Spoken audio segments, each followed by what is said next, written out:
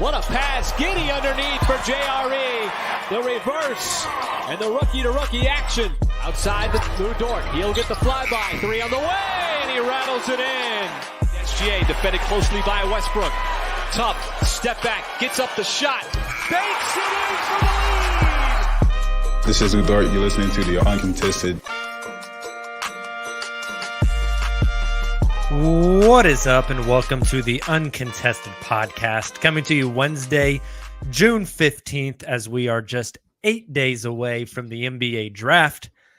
And boy, have the fireworks started to go off. Maybe not the fireworks, but the smoke from lighting the fuse for the fireworks is definitely happening right now. We are part of the Blue Wire Podcast Network, official podcast of SI Thunder. And I am your host for the evening, Jacob Niffen. Got my co-host Taylor Peterson along with me. You know, Jacob, I was kind of thinking about that. We talked a little bit about this, you and I, about this time last year. But right before the podcast, let the dogs out. So that way, I hopefully don't have to get up mid-pod and let them out to go to the bathroom and whatnot. And I'm just like looking outside. It's a gorgeous sunset. We have the sun, it's staying light out until like 9 o'clock at night. We're a week away from the draft. We have all these draft and free agency rumors, summer leagues coming up. We have, and I guess a good transition is it's officially NBA trade season. So I think the fall still might be my favorite time of the year, but this is a close second. Yeah, it's just a fun time. We're sitting on pins and needles, waiting for every phone buzz, wondering if it's a Shams or a Woj notification. Mm-hmm. Before we dive into Thunder stuff, Taylor, our trade came through the wire about an hour ago before we got on the recording. So I figured we could talk about that for just a second. The Houston Rockets trade Christian Wood to the Dallas Mavericks for pick number 26 in next week's draft. Boban Marjanovic, Trey Burke, Sterling Brown, and I forget the last piece. But basically a whole bunch of non-rotation players for the Mavs. Marquise Chris. There we go. For pick 26. Now, this trade cannot officially go through until draft night. The Stepien rule is in play here. Dallas owes a pick to the New York Knicks next year, so they cannot trade a pick in back-to-back years. Now, once they make the selection, they can trade the rights to the player. So this trade won't officially go down until the Mavs are off the clock on June 23rd after pick number 26. But Taylor, initial thoughts on Christian Wood to the Mavs? So my initial thoughts, honestly, my initial thought was I love this for both teams. I think for the Rockets, it's an opportunity, or maybe a step in the right direction. I wasn't entirely sure if they were going to do this. For example, they didn't trade Gordon or Wood at the trade deadline. They held out, which led me to believe that maybe they still wanted to keep Christian Wood around for I almost said Jaden Ivey, for Jalen Green and some of their young players. So it was great to see Houston. I say great. I mean, I could kind of care less as a Thunder fan, for being completely honest, but I thought it was the right move for Houston to go ahead and move off of Christian Wood, which is going to, per Tim McMahon, he confirmed this in a recent tweet, saying that's going to clear up space or playing time for Alperen Şengün, as well as the number 3 pick, which probably is going to be one of Paulo or Chet or maybe even Jabari. I mean, that would be unlikely. But still, assuming Paulo is going to be there, I think that was the right move. They got a first-round pick in return. They got a bunch of short-term salary. They didn't have to, being Houston, they didn't have to take on any big contracts in return. I understand a lot of people saying that they think maybe Christian Wood was worth more, that it doesn't seem like a big haul, but I think we're still getting a little too caught up in Christian Wood's really nice run that he had prior to coming to Houston and getting his big free agency deal. I'm not a big Christian Wood guy. Yeah, I'm not either. And so the reason I like this for Dallas, though, is I think it's a good fit for to pair alongside Luka on a pretty cheap contract. He's going to be expiring this year for 14 million, 12 million, something like that. That's what I was trying to find here, and I can't remember. That's off the top of my head. But regardless, hey, rim running big who also can space out and hit the 3. I think he's a good fit for Dallas on a pretty cheap opportunity. I think the number 26 pick in this draft, when you have Luka on your team, isn't necessarily going to be a win now kind of guy. I think Christian Wood, taking a gamble on him, is probably the right choice here for Dallas as well. So like I said, kind of a win-win for both.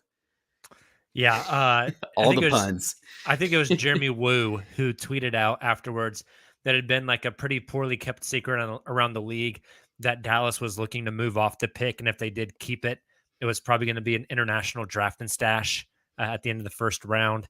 So it sounded like the Mavericks just wanted to get off the pick. Houston gets a chance to bring in another young guy. They get rid of Christian Wood. And yeah, it opens up time in the front court for what we presume as of right now, June 15th, will be Alperen Şengün and Paulo Banchero. Not the most formidable defensive front court in the world, but a front court that's pretty offensively skilled. So that also puts them in a pretty good position next NBA draft, right? Like this kind of makes them worse, at least for the immediate term.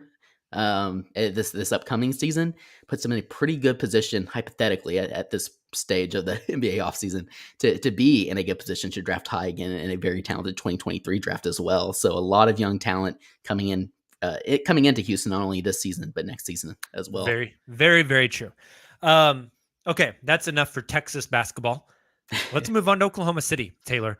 The big thing we are going to dive into today.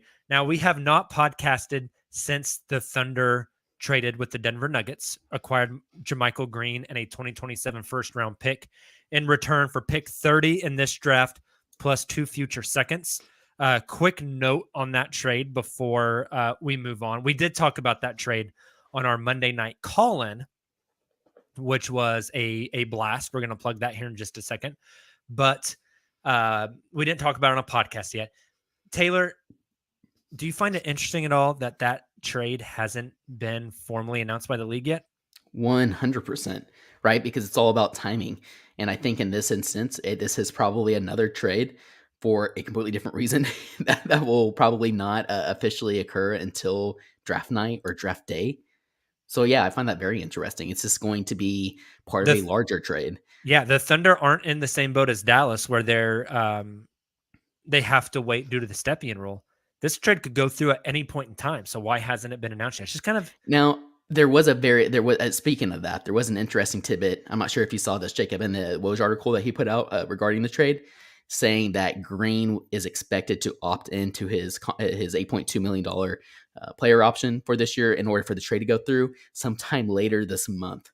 I thought that was interesting phrasing. I'm not sure if that means like, yeah, he's on vacation, he'll get to it when he gets back, or if it's like, hey, Green, we don't want you to opt into this contract until we're officially ready to move ahead with the trade, like you said, closer to draft night. That is interesting because I assumed he had already opted in, but he has to opt in for it to happen. I'm looking it up right now.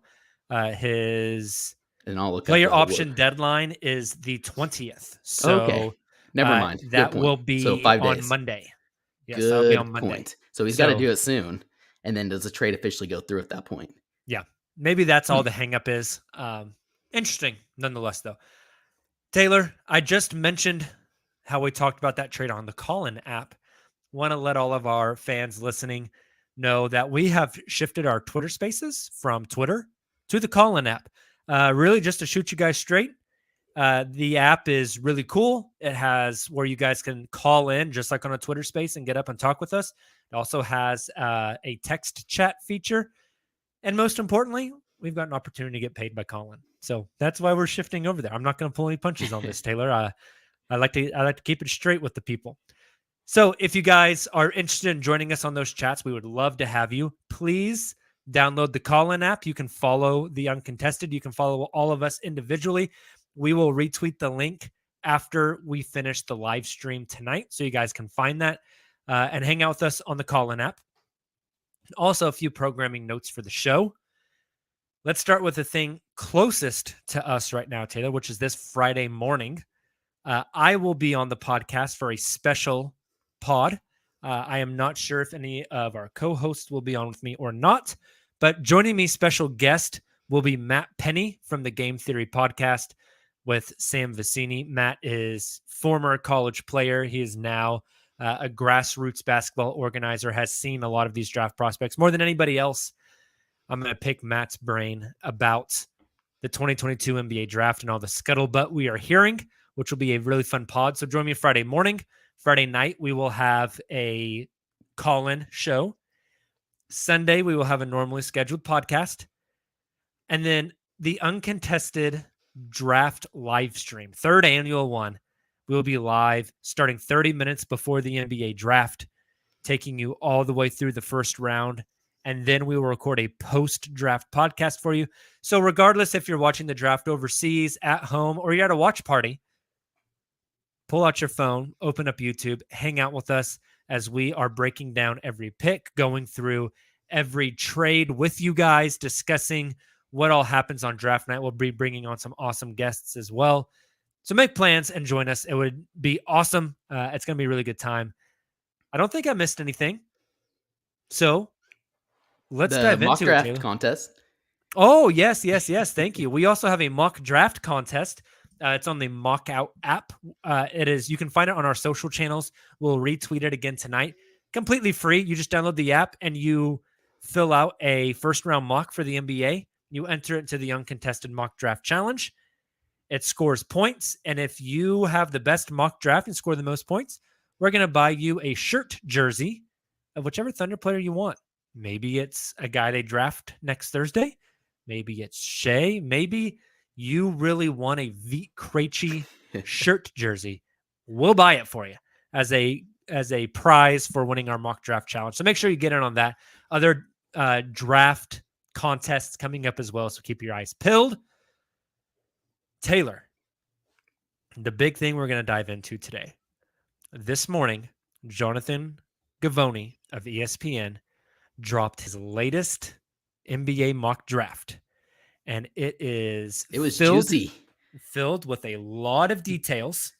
So we are going to go through these details step by step and kind of break down and give our thoughts, because I think we both have quite a bit of thoughts.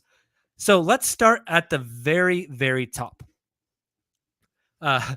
In the notes here, I said Givony's mock is putting out more smoke than Snoop Dogg at a Willie Nelson concert.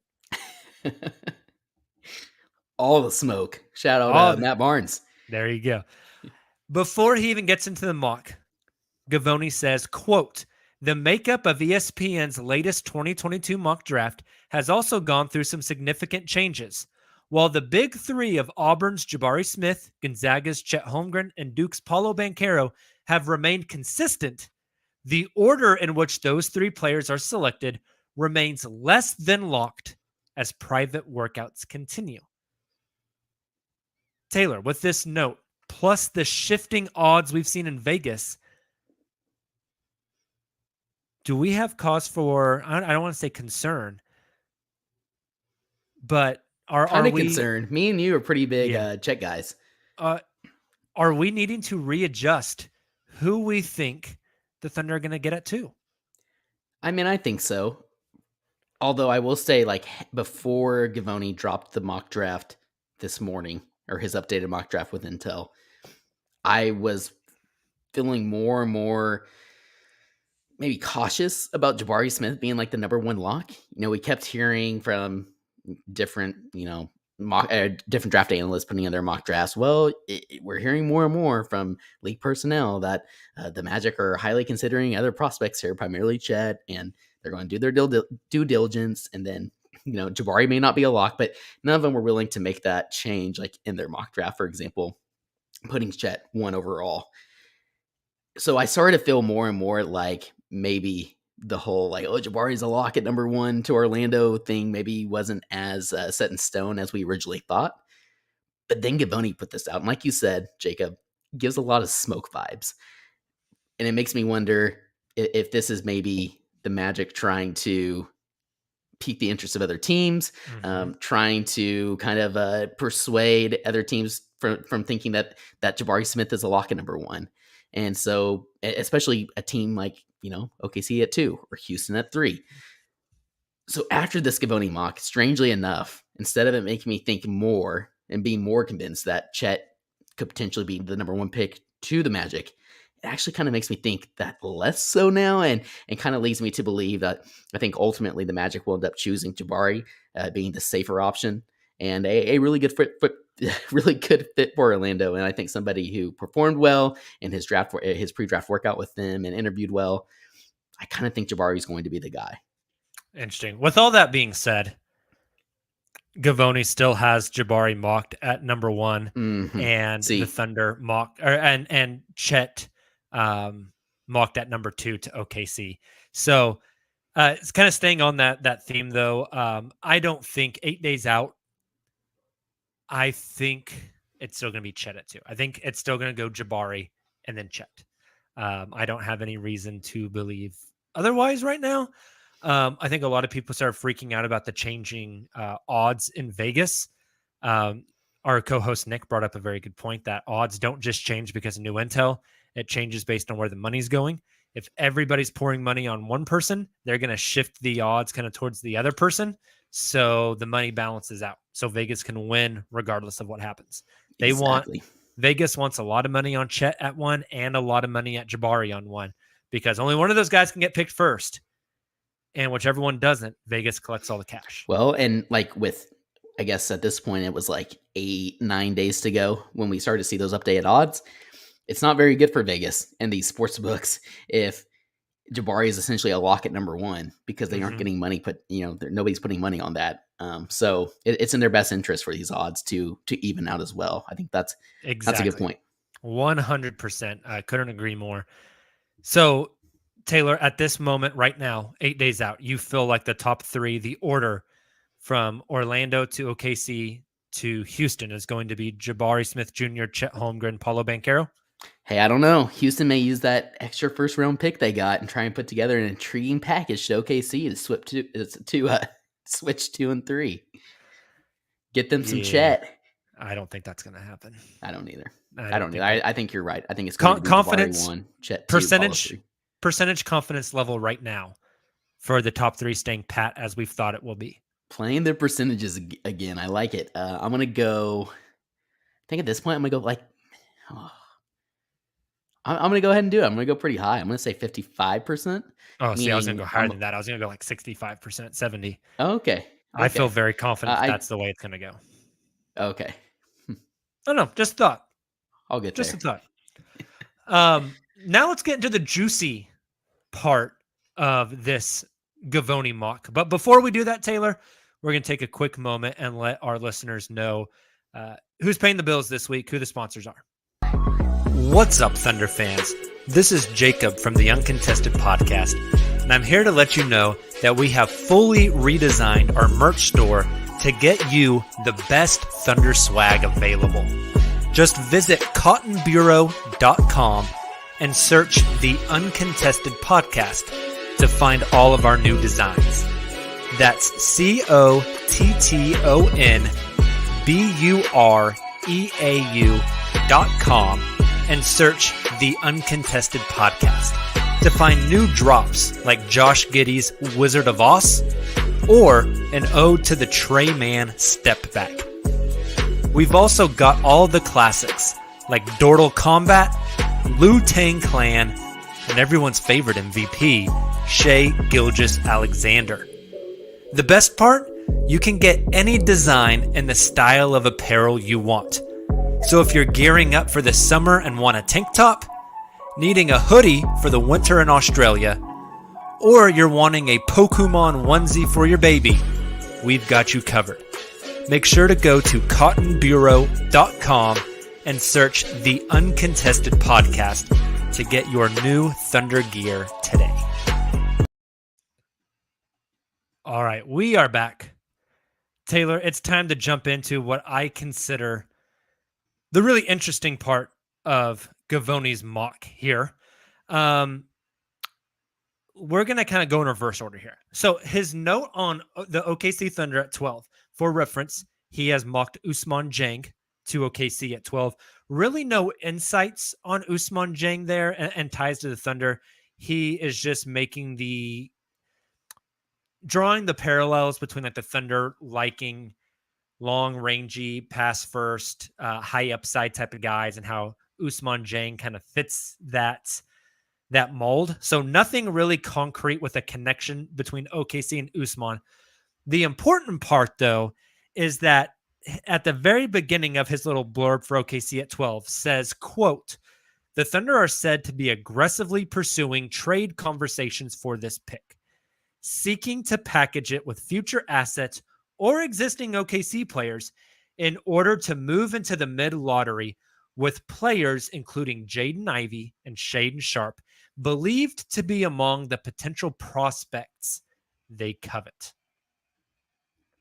Now, let's look at what he wrote on pick number 4, which is for the Sacramento Kings. It says, quote, "Many around the NBA feel that this pick is available for a team looking to swap picks and move up in the draft for Ivy. Detroit, Indiana, and Oklahoma City are among those that could potentially exchange an asset to help the Kings' chances of contending for a playoff spot, with the likes of Jeremy Grant, Miles Turner, and Lou Dort a few potential options that rival teams point to."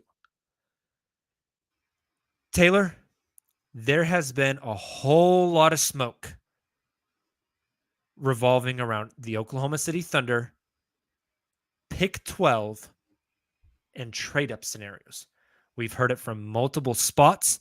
We've heard it all the way back to the NBA draft combine and when the lottery took place. Starting at that moment, moving forward, that's all we've heard about pick 12. Trade up, trade up, trade up, trade up, trade up. People love to say the Thunder do not leak. But eventually, where there's enough smoke, there is fire. Do you believe there is fire around this trading up? Like, based on how many times you're hearing about it? I absolutely do. And for example, like we've talked about on the podcast before, we even did a fun exercise you put together, Jacob, here about a month ago, where we went through each of the top picks above pick 12 and tried to put together like a blueprint trade that Presti could essentially greenlight, that Presti could put into place and essentially greenlight at the time of that pick if the right player fell to that position for him to trade up and get. I think he's absolutely having these conversations. And he's being very aggressive about it. So there's other GMs talking about it and talking to other GMs about it and telling league personnel about it. Because I think there are some guys at the top of this draft that Presti would love to pair alongside whoever he takes at pick number 2. We're assuming it to be Chet. We've also heard there was the Brian Windhorst comment. I'm not sure that we've talked about it on the podcast or if we talked about it on the call-in on Monday. But about essentially, he's hearing that the Thunder may be, quote unquote, pushing the pedal down a little more this season. I think Nick said he's heard from other sources that they've heard something similar, right? So all this is kind of coming out around the same time where I think there's guys at the top of this draft that Presti would be willing to trade up for if the right opportunity comes. And like we've been talking about, he's very, very active in these trade conversations. So it's getting leaked out. Like there's other GMs talking about it. But that's why you said, you mentioned OKC being so tight-lipped. That's why we aren't hearing specifics. Like the Thunder are discussing a framework with the Portland Trailblazers at pick number 7. We aren't hearing any of that. We're just hearing that they're trying to be aggressive and trading up. So I find it interesting that one of the terms that Gavoni threw out there was talking about, where was it? Future assets or existing OKC players. That leads me to believe that he's heard something of that. Like, that's not just speculation. It would appear that it's not just a pick trade to try and move up. There's players attached to those, which makes sense. Yeah, and they're going to trade either picks or players to trade up. Like, no shit, he's not going to trade a ham sandwich. Like those are the two things you can trade. So there's nothing really groundbreaking there, But I just think if Presti were not discussing players in these situations, then Gavoni would have been very careful with his wording, just like Woj is so careful in his wording, and would have just said picks, right? That's fair. But then you get to some of these specifics of the players involved in that next quote where he's talking about the Kings and the Pacers and the Thunder. And I believe the phrasing that you read off, the likes of Jeremy Grant, Miles Turner, and Lou Dort, a few potential options that rival teams point to.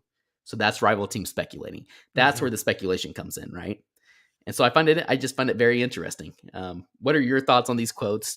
Are there other players, OKC players, you think might be in some of these talks? And how serious do you think Presti is getting about wanting to potentially trade up? First off, I love everybody in the chat on the live stream. You guys are awesome. We greatly appreciate you. Blaine says Sacramento would take a ham sandwich for 4. Topher says a good enough sandwich could land you a pick in the 20s. I love it. Good stuff. It's interesting. Like apparently they are being very aggressive. It takes two to tango. They have to find a partner. They have to find a team that's willing to drop back. It's hard to predict a trade because so much has to go right for a trade to happen. More likely trades don't happen. It just feels like it's been talked about so much. It's almost an expectation at this point that they make a trade at 12 to move up. Does it not? It absolutely does. And we keep hearing now, I mentioned all this kind of coming out around the same time as other comments about, Thunder wanting to push the pedal down a little more this season, et cetera, et cetera. But something else that's kind of risen or has become, we're hearing a little more frequently now is the Thunder's connection to some of these players. The two that Gavoni mentioned being Jaden Ivey, which we started to hear about here a couple weeks back, the Thunder's potential interest, like you said, around the time of the Combine, and now Shaedon Sharpe.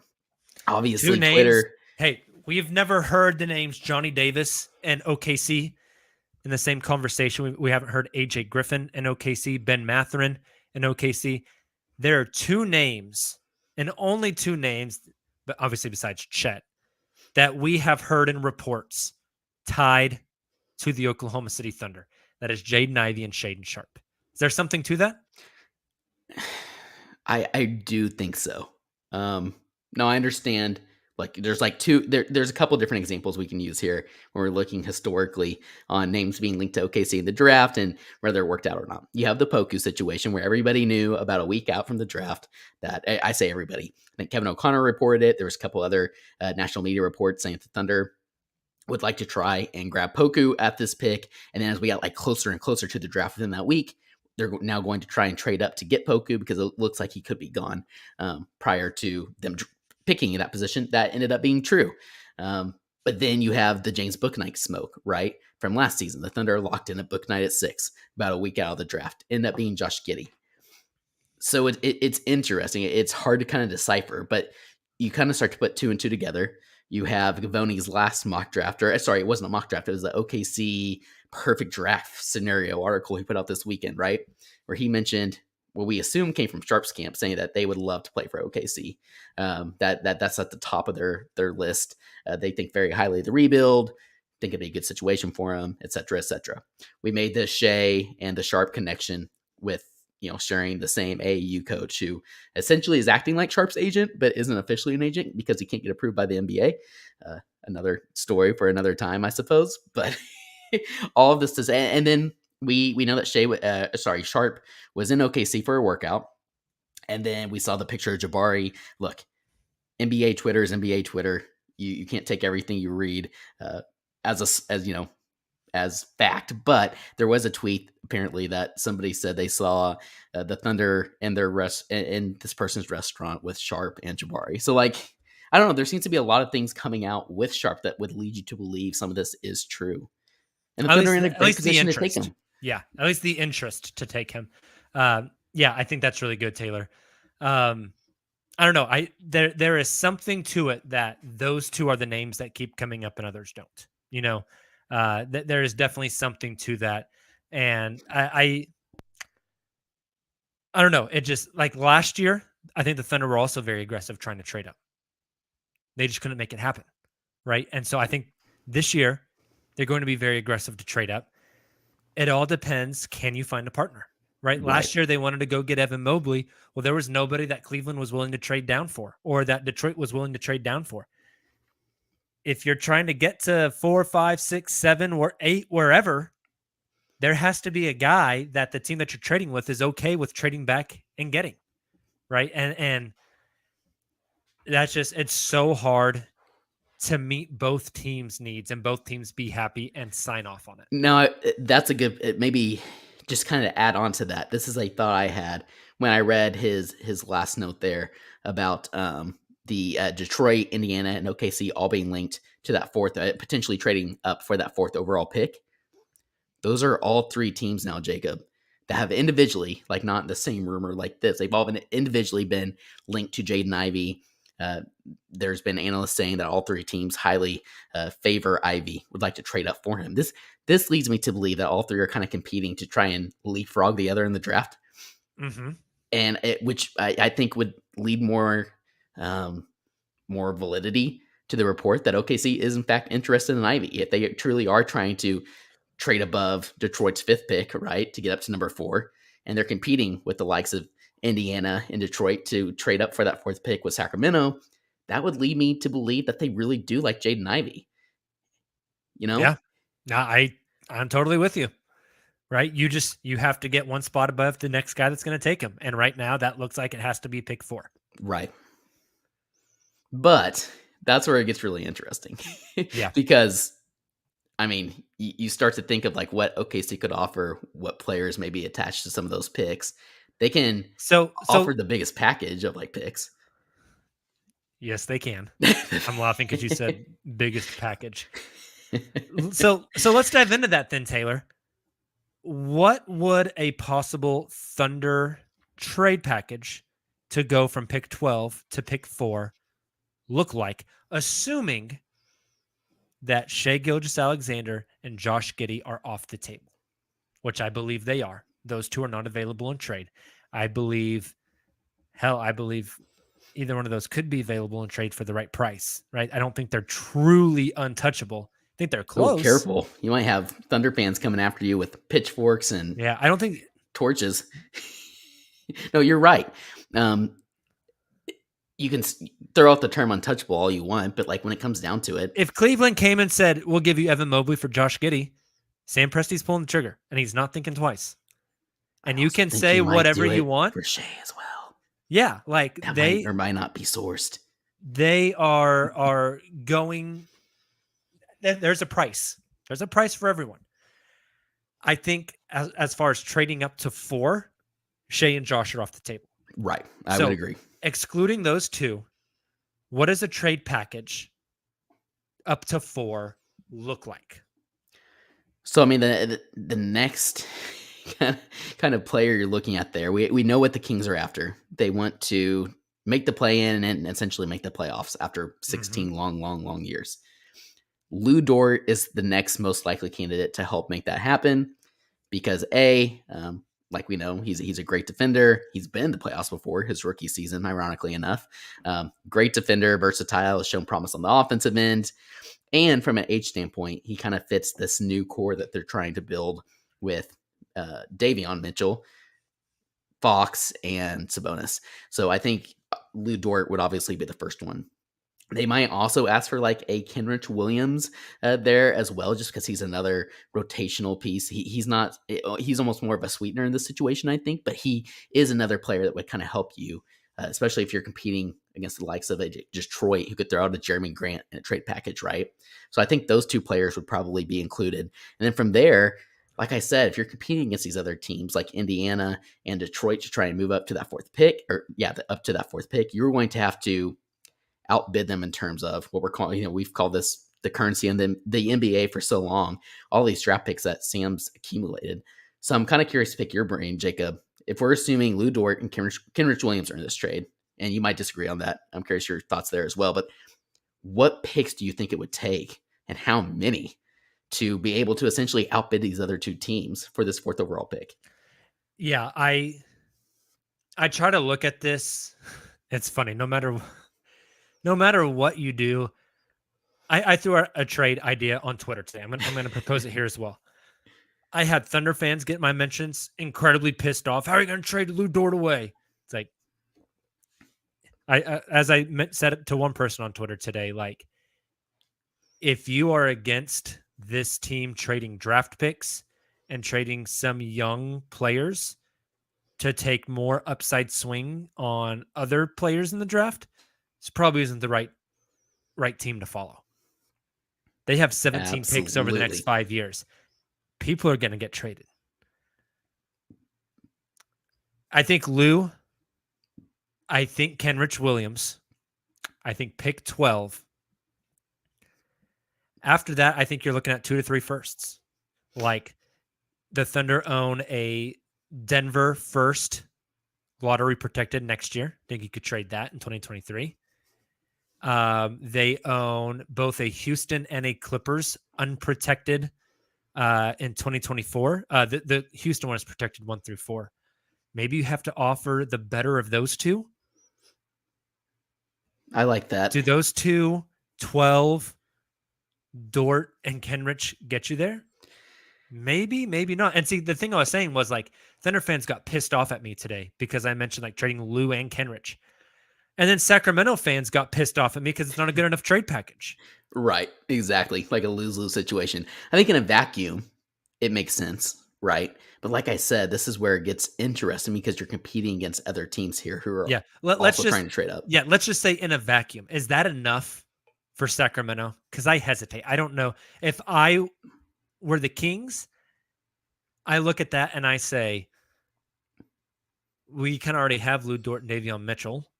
Do we want to add him and play Fox, Davion Mitchell, and Dort all on the court at the same time?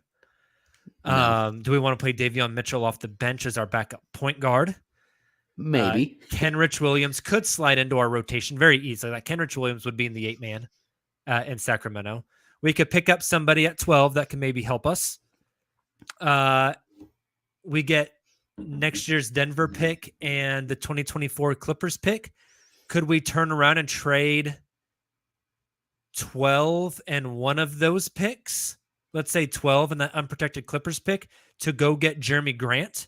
And then so the Kings get out of this draft by trading pick 4, getting Lou Dort, Kenrich Williams, Jeremy Grant, and one future first. Like, is that enough value? Because in the NBA, typically 4 quarters doesn't equal $1.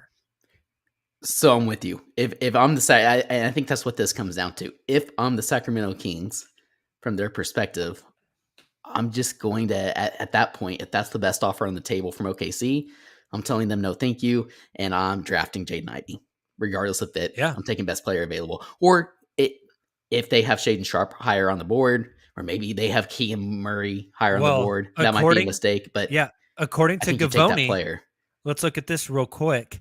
The Kings aren't Ivy's preferred destination, but they have proved willing to take players without the benefit of workouts and medical information in the past, doing so recently by selecting Davion Mitchell. Let's get down here a little ways. In the event that the Kings like to hold on to this pick and prefer to avoid the drama associated with picking a player against his camp's will, the candidacy of Keegan Murray might be gaining steam, with head coach to be Mike Brown. Owner Vivek is also said to be a proponent of selecting Keegan. See, and that's another situation where Detroit has the advantage there, because you could trade back with Detroit one spot, get an additional asset, still get Keegan Murray, and Detroit could then jump up to 4, leapfrogging both the pay. Well, I guess at that point, that doesn't really make sense for them unless you think the Kings are taking Ivy. So you kind of have to play. I was going to say, they're leapfrogging. Yeah, if I'm the Kings, I'm saying I'm taking Ivy. Ivy's off the board at 4. Right. If you want him, come get him. What does a Detroit package look like? I mean, 5 and Jeremy Grant. Cade Cunningham. 5 and Jeremy Grant seems like too much, does it not? It does. That's move up one spot. How bad does Weaver want Ivy? And that's where it gets interesting, right? Because you have the Weaver Presti connection, and we know that like Weaver, if he knows Sam is high after a guy, I think he's going to be as well. It makes sense that they're interested in similar players. But yeah, like that seems like way too much to trade up to 4. Like, I think you could get a little more for Jeremy Grant, potentially the number 4 pick, or maybe not. Like, it just, it really comes down to what they're willing to offer. And on the other side, you have Indiana. I think they're obviously going to be offering, well, no, you cannot. They just traded for Sabonis. I was going to say Miles Turner, but that doesn't make any sense. They just that was the name that Gavoni floated. Right. That makes no sense. Yeah. So it had to be Brogdon. Immediately turn around and repair. Why would you take Brogdon? Why would you trade for Brogdon instead of just selecting Ivy? I don't. I understand they're very different guards. And Brogdon helps you win more now, but God, that would be bad. Injury prone. Yeah. It doesn't make a lot of sense. So in this situation, maybe OKC, unless Detroit says, yeah, we'll do 5 and Jeremy Grant for pick 4, that might get it done, especially for a short-sighted Sacramento Kings front office and ownership. But if they're more forward-thinking, I think there is a world where they could maybe milk out some more picks from OKC. Presti might be willing to do that, considering he has so many. And that might make a lot of sense because, like you said, not only would you be trading back to 12, getting another additional player or another additional asset, You now have all these other assets, and that you could turn around and trade this summer. Exactly. That's how you can truly build a contender, rather than just making Are a the quick, Kings short-sighted intelligent move. enough to do that? And that's what I really don't know. I mean, we joke about it, but like, I'm being dead serious here, Jacob. I really don't know if they are in this situation. Isn't that like sad? I feel bad for Kings fans.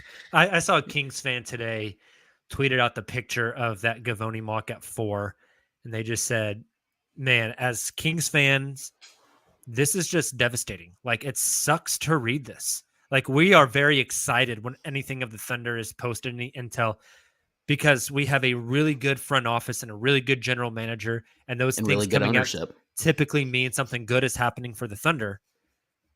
For the Kings, that would just feel like deflating, would it not?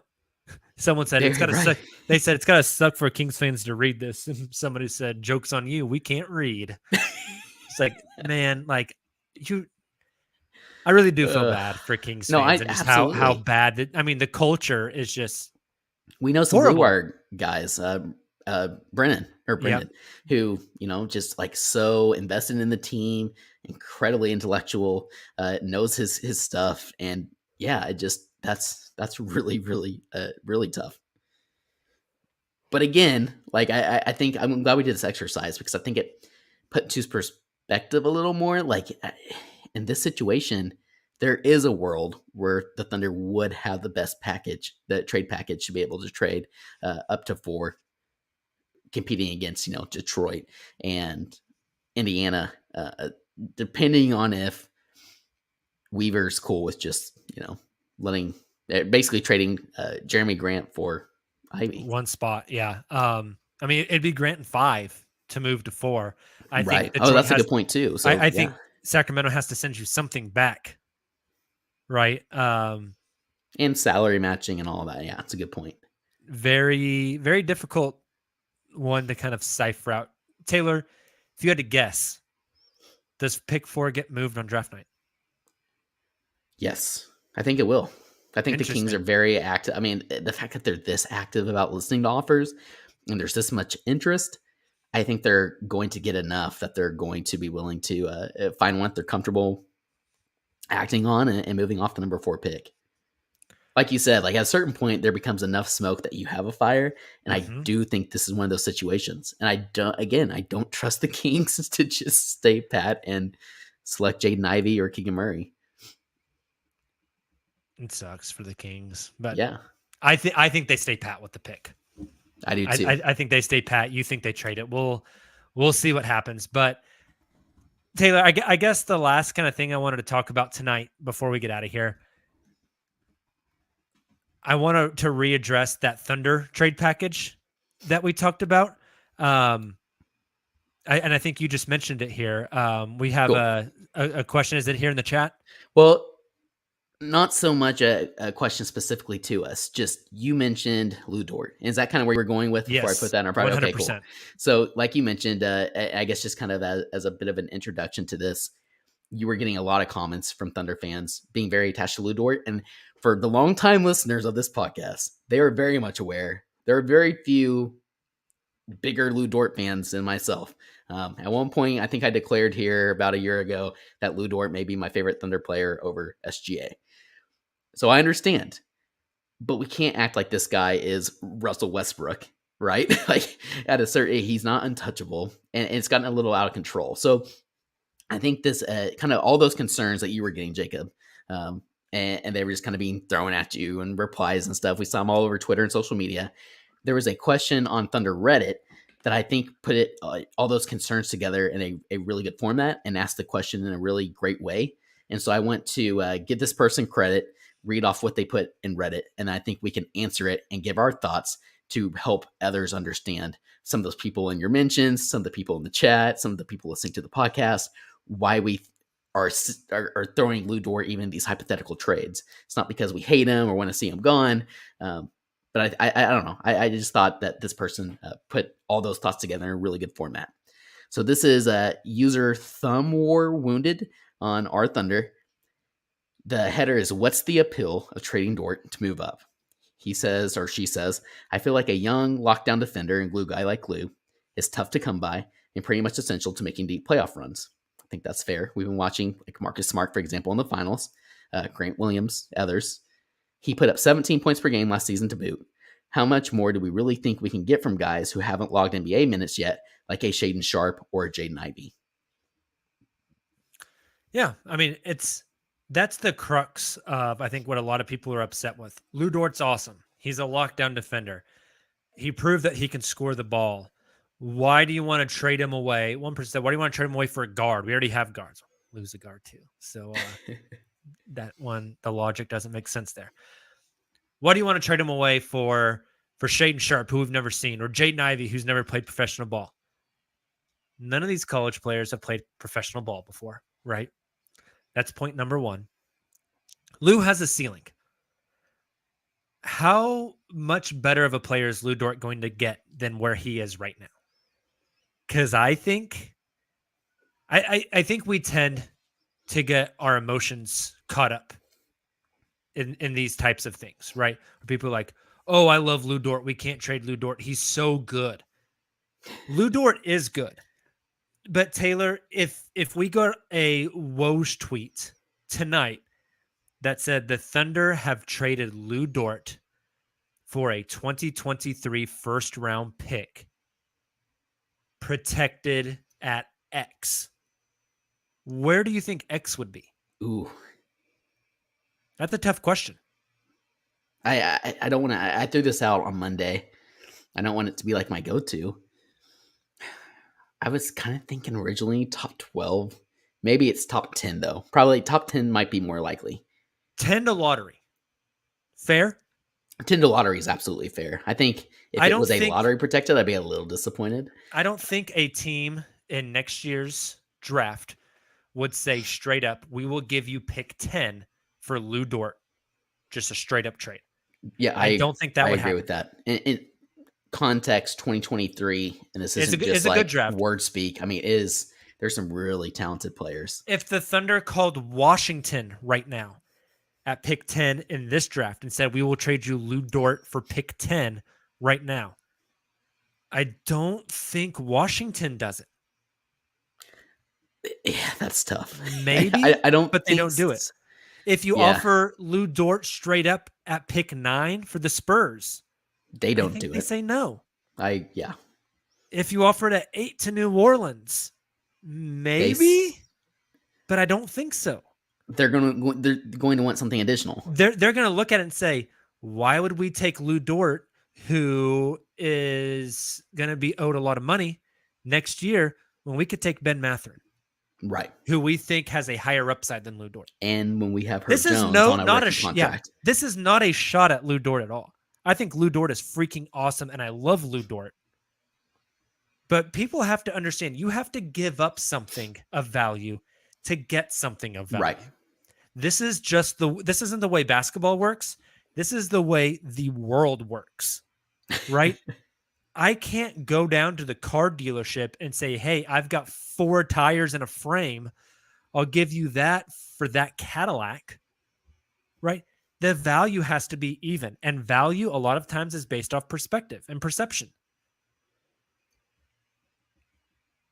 People are attached to Lou Dort, and I get it. I love Lou Dort. I think Lou Dort is relatively close to his ceiling. I think Lou Dort is a great role player on a team that is competing for a title. He could even be a starter on a team that's making like a Western Conference Finals run. But if you have Jaden Ivey or Shaden Sharp graded as a number 1 or a 2 guy on a title team, you trade the lesser asset. Right. Right. And to the Reddit poster's point, he scored 17 points a game. That's going to change. That very much. Lou is not going to get the shot attempts that he got last year. How many shot attempts did he get last year? I'm looking. Oh gosh, it's a lot. But yeah, no, you're exactly right. When you're bringing in players of the Chet Holmgren caliber, of let's just say the Thunder even stay pat at pick 12, you have Josh Giddey taking a leap, you have Trey Mann hopefully taking a leap, and you have Shea continuing to grow. Those shot attempts are not going to be there unless you're again, he's getting these shot attempts because you are sitting players like Shea and Giddey, but some for valid reasons. I'm not saying it was full on tank. You know, there were some valid injury reasons for that, but I think you bring up a really good point. Shot attempts. Lou Dort took the third most field goal attempts per game last season for the OKC Thunder. Here's the order. Behind Shea. Shea took 18.8 a game. Oh, Melvin man. Frazier took 16 a game. He only played 3 games. Okay, so sample size. Gotcha. Lou took 14. The next closest actual player besides Lou would be Josh Giddey at 12.4. Lou took 2 more shots a game than Lou did. Or sorry, Lou took 2 more shots a game than Josh did. Lou took 5 more shots than Darius Baisley did.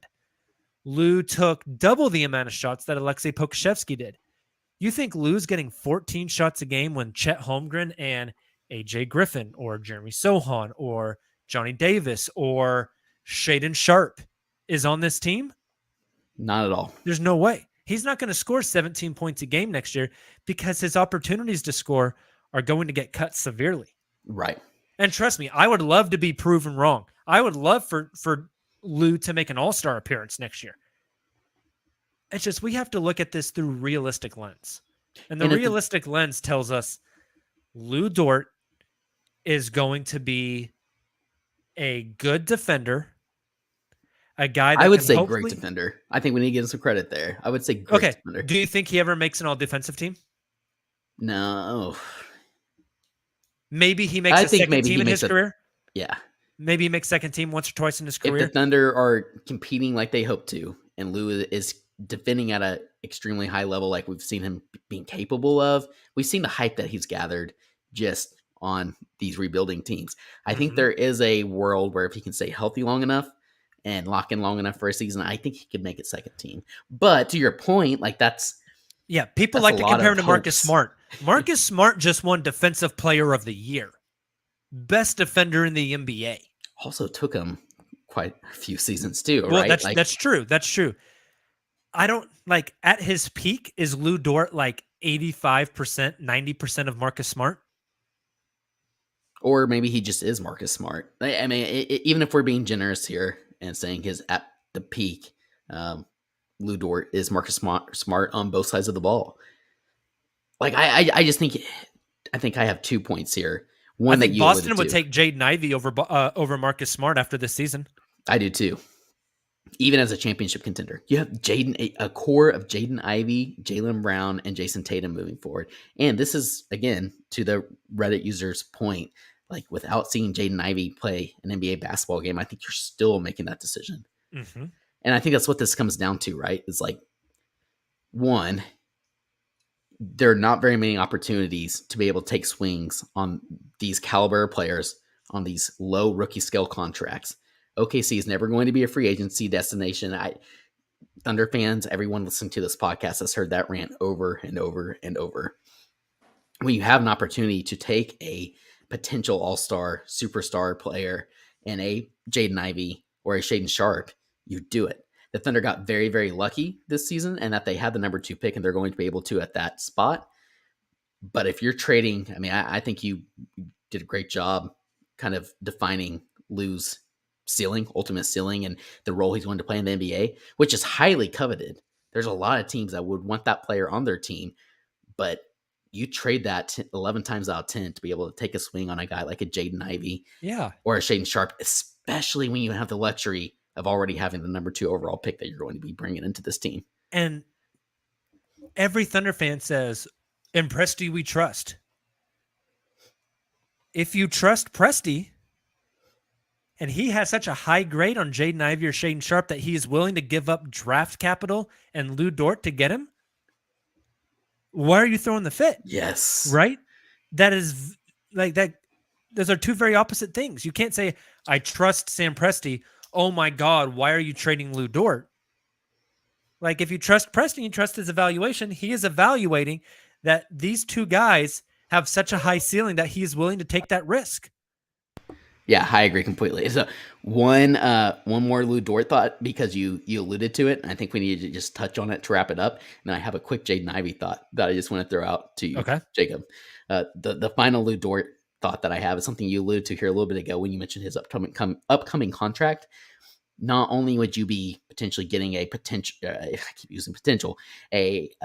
promising up-and-coming player like a Jaden Ivey or a Shaden Sharp on a rookie skill contract. And again, like there's a lot to break down the whole Shaden Sharp situation. But stay with me here, listeners. Not only would you be bringing in one of those players on a rookie skill contract, but we're also going to have to be paying Lou Dort a lot more money. We'll see. I mean, again, his representation has a great relationship. It's Wasserman has a great relationship with, isn't it Wasserman? Am I making that up? No, I think you're right. I'm pretty sure. Anyways, very good relationship with Sam Presti. Either way, so maybe they are willing to, just take the qualifying offer, be a restricted free agent next offseason, and with the promise, knowing that Sam Presti is going to sign him to a bigger contract in 2023. But all that to say, like, you have to take some of that into consideration as well. There's a salary aspect to this. Yeah, definitely. And Taylor, along that point, right? You're going to owe Lou money. You're probably going to owe it to him in 2023 because I don't think they're extending him this summer.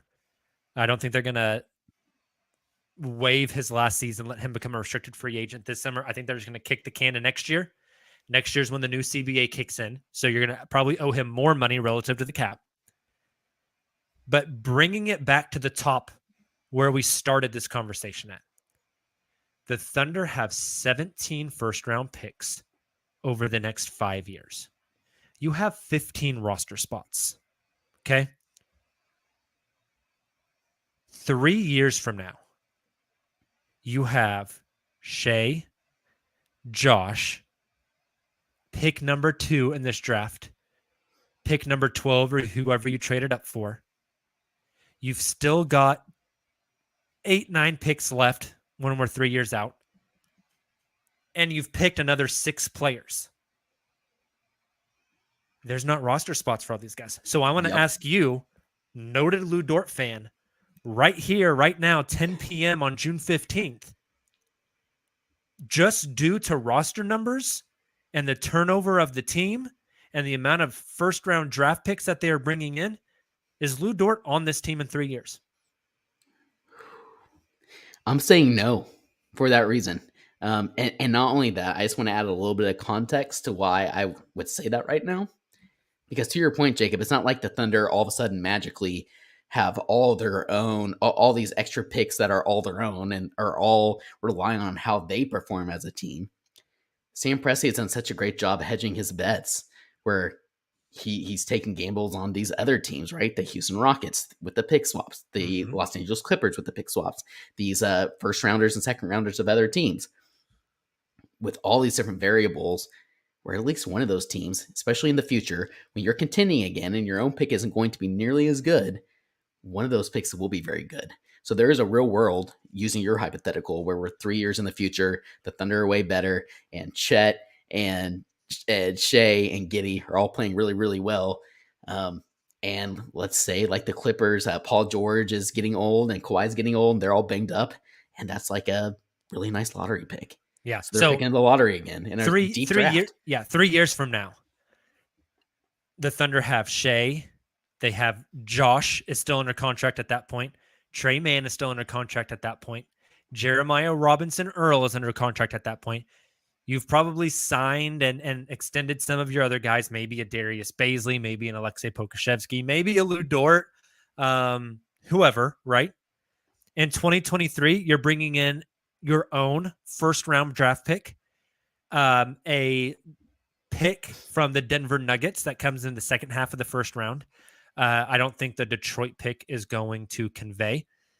I don't think the Washington pick is going to convey next year. And then in 2024, so this is the second year out, you have your own pick. You have a Houston Rockets first-round pick.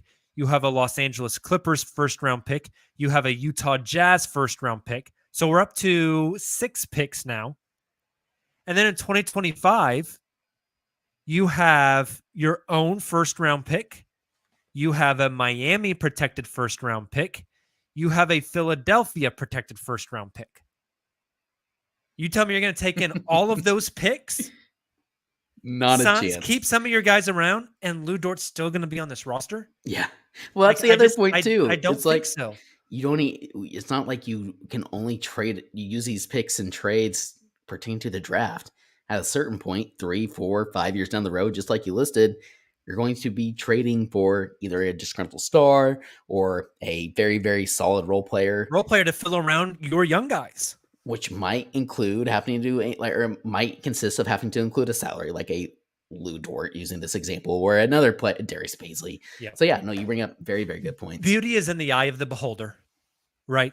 And all this to say, like, if Lou's on the roster in 4 seasons and is a huge reason why that the Thunder means he's championship effing contenders, awesome. that's right. I'll be fist pumping and cheering. I don't want people like bringing up this segment saying you guys were Lou Dort haters. Like, I would be ecstatic if that were the case. The thing is that beauty's in the eye of the beholder. Thunder fans think highly of their players because they are attached emotionally to those players. And I think a lot of times it's just human nature. I do this all the time too. Just human nature. Like, we have a very hard time removing the personal connection that we feel to these players, like for and the lowering their value. Jacob is in love with Chet Holmgren. He's going to be very disappointed for about 5 minutes if the Thunder don't take Chet until he falls in love with the eventual prospect. Yeah. No, like, I would be. I love Chet too for Westwood. I don't want to out him on the pod, but I'm going to out him on the pod. Okay. Nick asked in our private chat last night, if Golden State called this summer and offered Wiseman, Kuminga, and Moody for Shea, would you do it? And I said no. Part of that's because I'm emotionally attached to Shea Gilgeous-Alexander. Yeah, right. The other part of that is I don't think James Wiseman's ever going to play basketball, right, or ever be good. Nick's going to vehemently disagree with me, and that's totally fine. Oh, not going to be good. I think he will be good, but not Shea Gilgeous-Alexander. Yeah, I would say no to that trade. I think Golden State Warriors fans would also say no to that trade.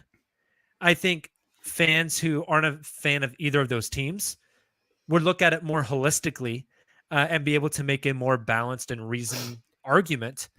But I'm emotionally attached to Shea. And so I would have a very hard time doing that trade. I think that's how a lot of people feel about Lou. And that's fine. I think a lot of people put Lou in that like top tier great player bucket. And he's just not that. If you can trade Lou for a guy that you think could be an all-star, you do it. Agree completely. 10 times I out have of Lou 10. Dort right here. Yeah. On the stream. I have a picture of him. I like the dude. If that's what it costs to move up, that's what it costs to move up. I'm getting blasted here. The listeners, the live viewers watching us on YouTube are saying, hey, Taylor keeps saying he's this Lou Dort lover, but Jake was the one with the poster in the background. I gotta move my Russ poster that fell, but it's there. But I don't even have a Shea one. You know what? When the Thunder draft Chet, I'll get me a Chet one to put right alongside Russ. No, we're going to put it Speaking of Russ, that reminds me of my Jaden Ivey thought, but very, very quick, and we can end on it, and you can even play outro music for it, whatever. So you get final thoughts in. Okay. If you get a Chet poster, we are making it his full wingspan, and we're putting it up right over that door behind you, because the wingspan's like nearly 8 feet long. I love it. I don't know. My parting thought for this episode would just be, I think we're going to get a lot more smoke. I think there's going to be a lot of stuff sizzling. That stuff typically doesn't come out till after the finals anyways. So maybe starting Friday, maybe starting Monday, I think we're going to start to get a lot of stuff kind of bubbling to the surface. If the Thunder do trade up, it won't happen until draft night. I love Lou Dort. I just understand in order to get something, you have to give something up. And the best thing, physical, tangible thing, player the Thunder have to give up that they would be willing to trade is Lou Dort.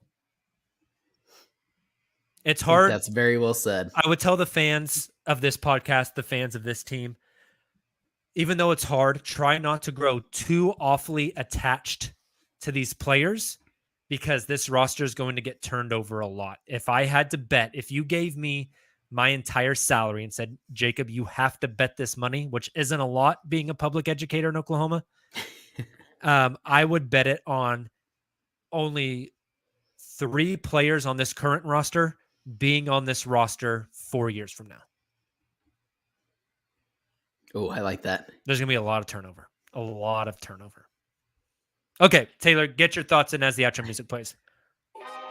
All right, so speaking of Russell Westbrook, that was considered a reach when Sam Presti took him at pick 4 way back in the day. I believe that was 2008, right before when the Thunder came to Oklahoma City. So assuming the Ivy rumors are true, just like bear with me here for a second. Let's assume they are true. Why not just take Ivy at 2? And with that, Taylor wants to see the world burn. Thank you guys so much for joining the podcast. Jaden Ivey, other side of the wall. We appreciate you. Join us Friday on the Callin app. Also, make sure to plan and join us for our NBA draft live stream. It's going to be a blast. If any news drops between now and then, we will definitely be on with you guys. Hop on Friday morning, 9:45 a.m. as I go live with Matt Penny. We'll talk some draft stuff. It'll be a blast. You guys will definitely want to hear it. We'll be posting that one to the pod stream as well. Until then, you guys have a great evening. Take it easy. We will see you soon. Until then, and as always, Thunder up.